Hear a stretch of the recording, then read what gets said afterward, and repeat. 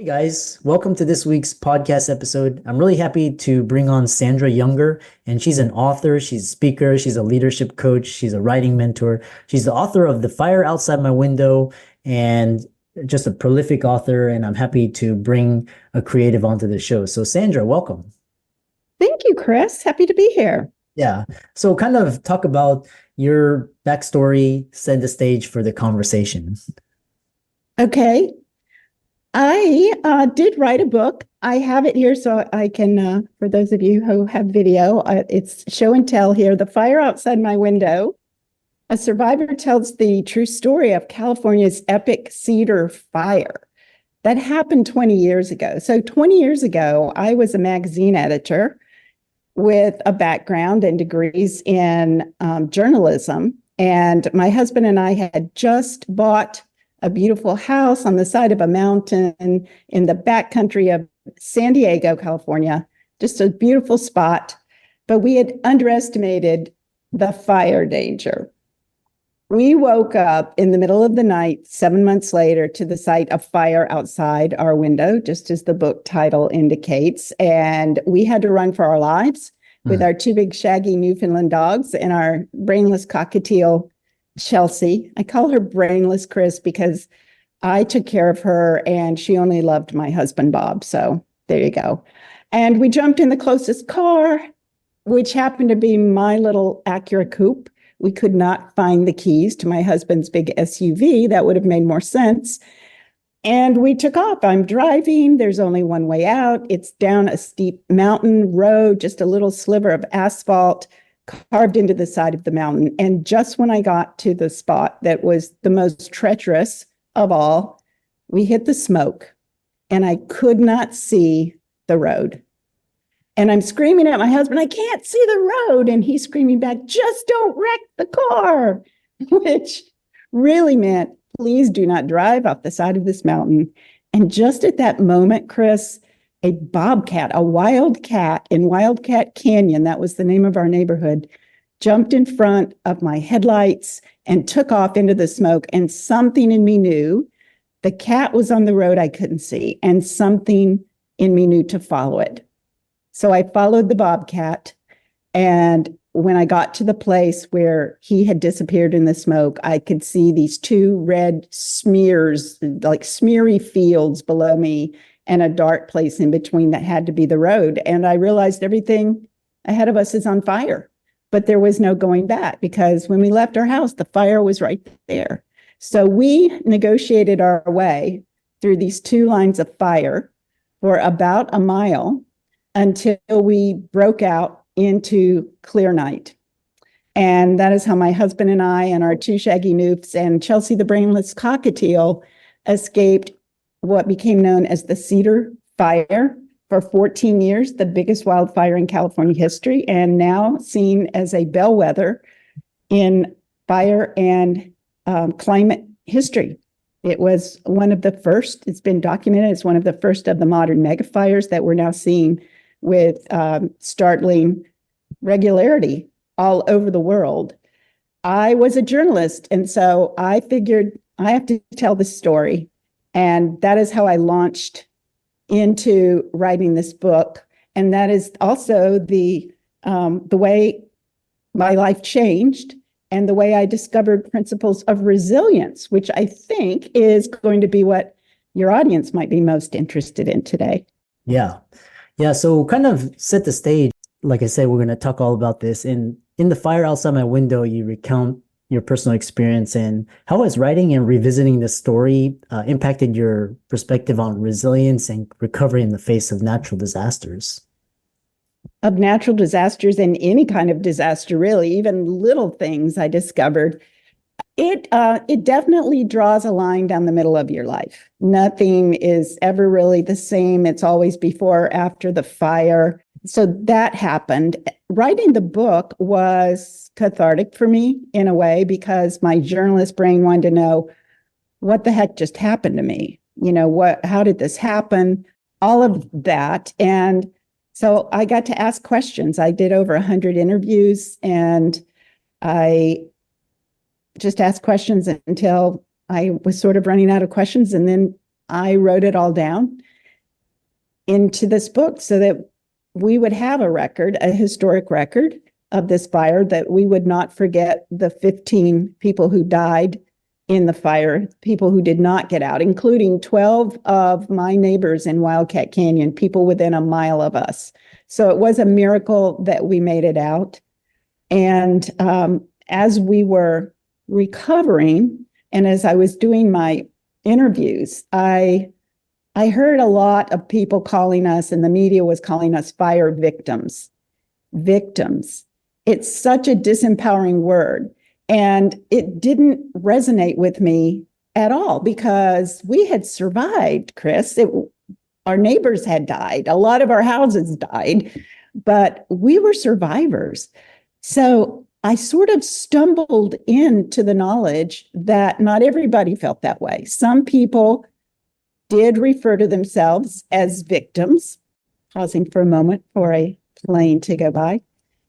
And they would tell you, well, I'm a victim of this fire. And I realized it didn't seem to matter how much or how little they had lost in the fire. Some of the people who had lost family members were not bitter because they said their loved ones wouldn't want them to spend the rest of their lives being sad and bitter. And some of the people who lost like a detached building, one man who had lost a garage, was so bitter and so attached to the victim label. And that's what clued me into the fact that it was a choice, that we can't always control what happens to us, but we can control our response. I like to say we can choose our story, and we chose to be survivors rather than victims. And survivors also have a funny way of becoming thrivers, and sometimes givers, giving from what they learned, even changers, changing things that they experience that they don't want someone else to experience. Yeah. Yeah, it's so well eloquently said. As someone who's both experienced and extensively researched wildfires, what are the most crucial steps individuals and communities in fire-prone areas can take to prepare for and mitigate the risk of such disasters? That's a great thing to be thinking about. I wish we had thought about it more when we moved into fire country, because people move in for the beauty of nature, right? And we don't always realize what the risk is. Now, of course, we're seeing whole suburban communities ravaged by wildfire.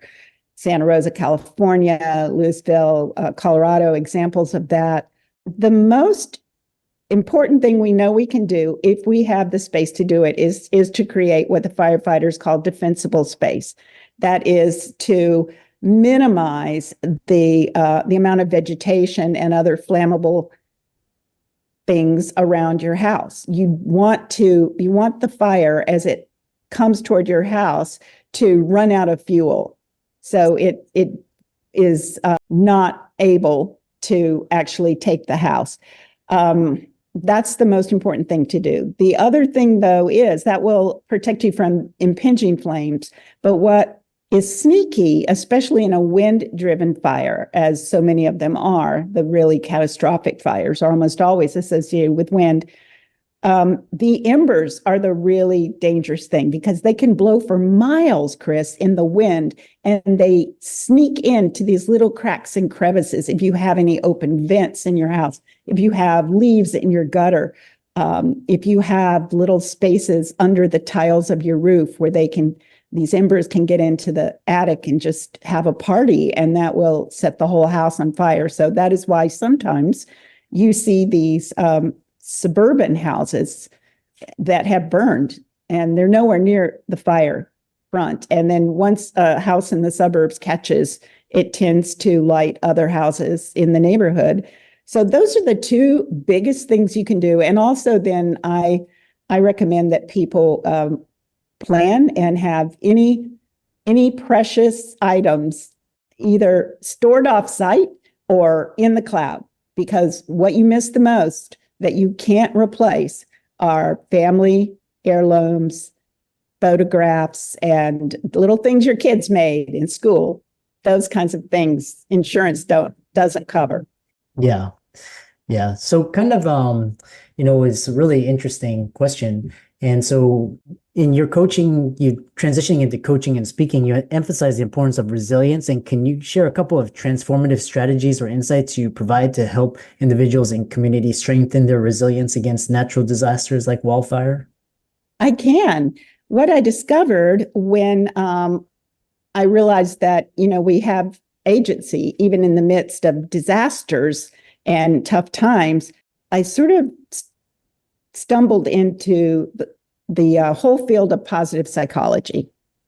And there's a subset of positive psychology called resilience, and there's a subset of resilience called post-traumatic growth, that some of us can actually take what seems like the worst thing that's ever happened to us and turn it into something good in our lives and even for others, which is what I try to do by speaking on these podcasts. But what I found was that all the resilience literature indicated that resilience is not just a static quality we inherit. It's not like you have more and I have less.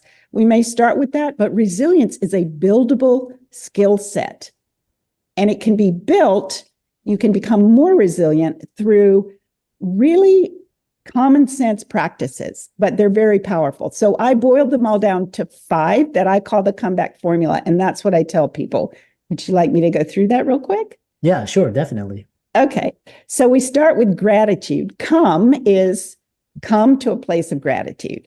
We have oodles of studies, scientific, empirical evidence that gratitude, even for a tiny little thing, is the antidote to bitterness and blame. And I think of it as that quicksand that keeps us from healing and growing. So if you can find one little thing to be grateful for, it will start you on the comeback journey. And then the letters BACK in comeback stand for B is to be patient. Deep wounds don't heal overnight. You're a physician. Why am I telling you that? But they do heal, right? Yeah. And we also can believe, that's the other part of the B, that they will heal because resilience is in our DNA. So that's the B. A is to accept help when it's offered to you and be tough enough to ask for it when you need it. Because sometimes we just say, no, I'm good. I don't need your help. It feels a little awkward sometimes to take help, but that is part of resilient strategy. The C is choose your story. You can be a victim if you want to, or you can be a survivor and start the whole comeback journey from there. And then K, I think I've hit them all. K is to keep moving forward. Just one step at a time will get you there eventually if you don't give up. Yeah. Yeah, I love that. And so kind of we're kind of coming to the end. And so looking towards the future, what new projects or initiatives are you working on related to awareness and resilience building, and how can listeners become more involved or supportive of these efforts? Thanks for that. I have become a certified professional coach. So I offer coaching for people who want to take a holistic look at their lives and be strategic about where they want to go. And we talk about these resilience principles because they are principles for a whole and a rich life. So people may want to take advantage or at least to investigate coaching. And I also am speaking and offer a free or a complimentary summary of all these resilience points on my website, which is sandrayounger.com. So you can go there to get in touch with me for coaching, for speaking, and to get that free resource, the Comeback Formula Guidebook. Yeah.